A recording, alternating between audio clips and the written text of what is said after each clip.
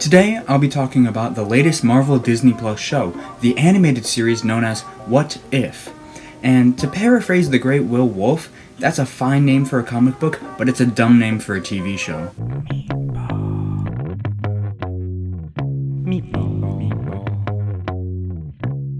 What If explored hypothetical universes within the MCU, usually based on one small change, like what happens if Gamora kills Thanos, or what happens if Tony got stranded on Sakaar, except we never actually got to see those ones because the episode doesn't exist now, it's just gone, reduced to atoms. Each episode stands alone in a separate universe with all new versions of characters we're very familiar with, so of course that makes it very difficult to grade this series as a whole.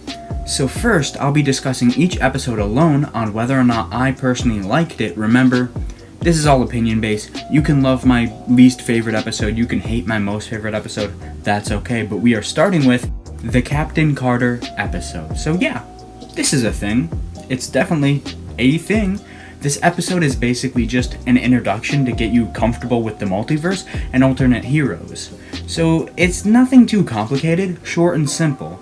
I think the concept here is okay. It's always nice to see a little bit more skinny Steve and see just how more effective Peggy was with the super soldier serum. Like, she was probably a more perfect choice than Steve, let's be honest.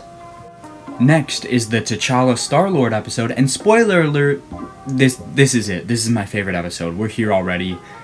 This is it, okay? The action is fun, the Easter eggs aren't too much. I'm glad we got to see an interesting villain like the Collector again, and overall, it's just very wholesome to see how much better the galaxy would be if T'Challa wasn't just stuck on Earth. I even loved how T'Challa basically just sat down and had a conversation with Thanos, and convinced him he had the wrong idea. That's just hilarious, and it's exactly what T'Challa means to a lot of people, you know?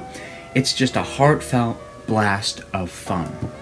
And now we have probably the most interesting episode in my opinion, and it is, what if the world lost its mightiest heroes? This episode is played as a murder mystery, and I wish we had more conceptual episodes like this. Switching around the genre works so well for this show, it's a shame it basically only happened once. And also, having this episode take place during Fury's big week is a stroke of genius. It's the perfect part of the timeline for things to go hellishly wrong, and I feel like older MCU fans will really appreciate that. After that is the Doctor Strange episode, and from this point onwards, I feel the show just takes a nosedive in quality and execution. For example, in this episode, they basically looked at all of the cool montages from the Doctor Strange movie and said, that was cool, we could do that, and shoved 3 of them in 40 minutes. It was just way too much for this one episode's runtime, and it showed. But if I had to say one good thing about this episode, I'd say it had a really excellent voice acting on Cumberbatch's part. I mean, a lot of people just see him as just a regular actor. He is really good at voice acting in a mocap suit and just all-around very talented man. And now for the most well-known episode, probably the most famous, the most popular, the most loved. What if zombies? No, God!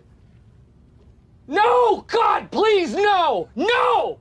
Hey, don't cancel me, but I hate the zombie episode. This had the potential of being the most emotional and hard-hitting episode, especially with Peter being one of the main characters, but instead, it feels like a Zombieland Futurama mashup. I know the whole point of Peter being super happy is that he's making it all into a joke so that he can stay positive, but being a man of science, he should have been the one most hopeful for a cure, yet he watches zombified Tony being murdered and barely has a reaction. There goes his mentor. Not to mention, he finally mentions Uncle Ben, which is just a slap in the face because it proves that he could have mentioned him before this whole time, yet they did it in an animated tie-in. That's how little they care about Uncle Ben. They finally mentioned him in an animated tie-in that's not even the main MCU universe.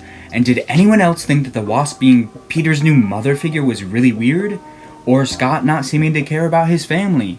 How about how Vision died for no real reason when he could have just waited 5 minutes and everything would be a-okay? This episode is the biggest letdown of the entire show because my hopes were sky high. It's zombies, man. That's so cool. The only part I thought was actually done kind of well was Bucky's reaction to Sam's death, because yeah, of course he wouldn't care. And now that that monologue is over, now we can just take a break from the crap to watch what is, in my opinion, the last okay episode. I don't know if it's just because Killmonger's one of my favorite villains and I missed him or what, but I really enjoyed this episode, even though I'm aware it missed the mark. Like, it's not a great episode. Should we have gotten an episode completely about Tony in a world where he doesn't go into the cave? Yeah, of course. But instead, this episode just chooses to focus on Eric over Tony, which isn't a bad thing because he still is interesting and entertaining as ever. My only real complaint is I think that they mistranslated his goals a little, and he got a little too Palpatine in the end. Do you know what I mean?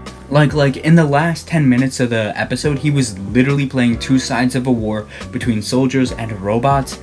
It was literally like an episode of Clone Wars. Overall, this episode was just alright in my book. Which is more than I can say for the next episode, the critically acclaimed Party Thor. Another major disappointment. It could have been a great story about Thor not needing to be worthy and therefore being irresponsible, but instead we get a Disney Channel original of Thor having a party before someone calls his mom on him. Uh-oh, we gotta get this party cleaned up, guys. What is this? Loki not being in Thor's life and childhood would have had a serious impact on both of their personalities, and you could so easily craft a compelling tale with that. Maybe Thor would even end up the villain, but nope. Now we have Darcy marrying Howard the Duck. What the sorry, the audio must have cut out there. Not to mention the random cameos from people like Surtur. I mean, really, Surtur? The destroyer of Asgard, and he comes to Earth just to party with Thor for some reason. Look, the writer of this episode has even admitted that she was drunk while coming up with some of the concepts, and it shows. I just want to move on and forget about this episode, like, right now. So I will, now, for the penultimate. What if Ultron won? And just to let you know, this episode is false advertising. We don't actually focus on Ultron winning at all. We actually focus on the Watcher and Ultron becoming aware of the Watcher. So, you know, it's weird, right? Because of this, it's not really like any of the other episodes because it's not standalone. It's there strictly to set up things for the finale. It was a so-so episode, nothing special besides some cool action when Ultron got the Infinity Stone. And now, the moment we've all spent 9 weeks waiting for, the finale. The Watcher gathers the main characters from each episode to battle Ultron with the Infinity Stones, except the zombie episode, so I guess the Watcher didn't like that episode either. Or they're all dead, you know? They could all just be dead. And hey, remember when I said that the action in the last episode was really cool? Yeah, none of that's here. I 100% believe that Ultron just keeps forgetting that he has the Infinity Stones, because even with Strange's protection, it shouldn't be hard to wipe out this whole group of people that have barely even met before. That's right.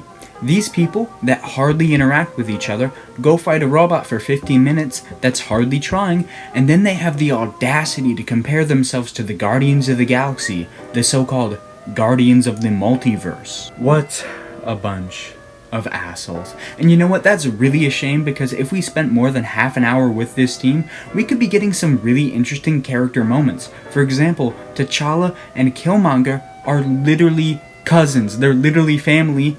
They get 3 lines together. What about the fact that there is a Gamora who presumably knows a Star-Lord in her universe? Does she go talk about him with T'Challa Star-Lord? They never speak to each other. They just never speak to each other. In fact, we know nothing about this Gamora in the episode or where she comes from. Her episode was deleted, and instead of explaining her in the finale or just cutting her out, they simply just reduced her role where she was barely shown. But she was still there.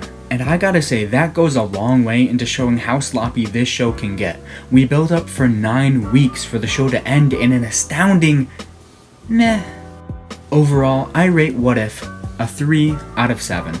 They could do so many amazing things with a show like this, yet all they accomplished was having a mixed bag of so-so standalone episodes with a couple hidden gems. And you know what? Tacking a rushed team up to the end of that does not make any of it better. Sometimes this show feels like it's made for little kids, which wouldn't make it as bad, but you need such an in-depth understanding of the MCU to follow this show. It's basically one giant screw you to the fans. What if broke my heart. But you know what? If they decide to renew it for a second season or have a Captain Carter spin-off, I will be holding out hope that it will be better. But so far, I'm just left asking, what if? What if it was good? Because it's not. I am your guide through these vast new realities. Follow me and ponder the question,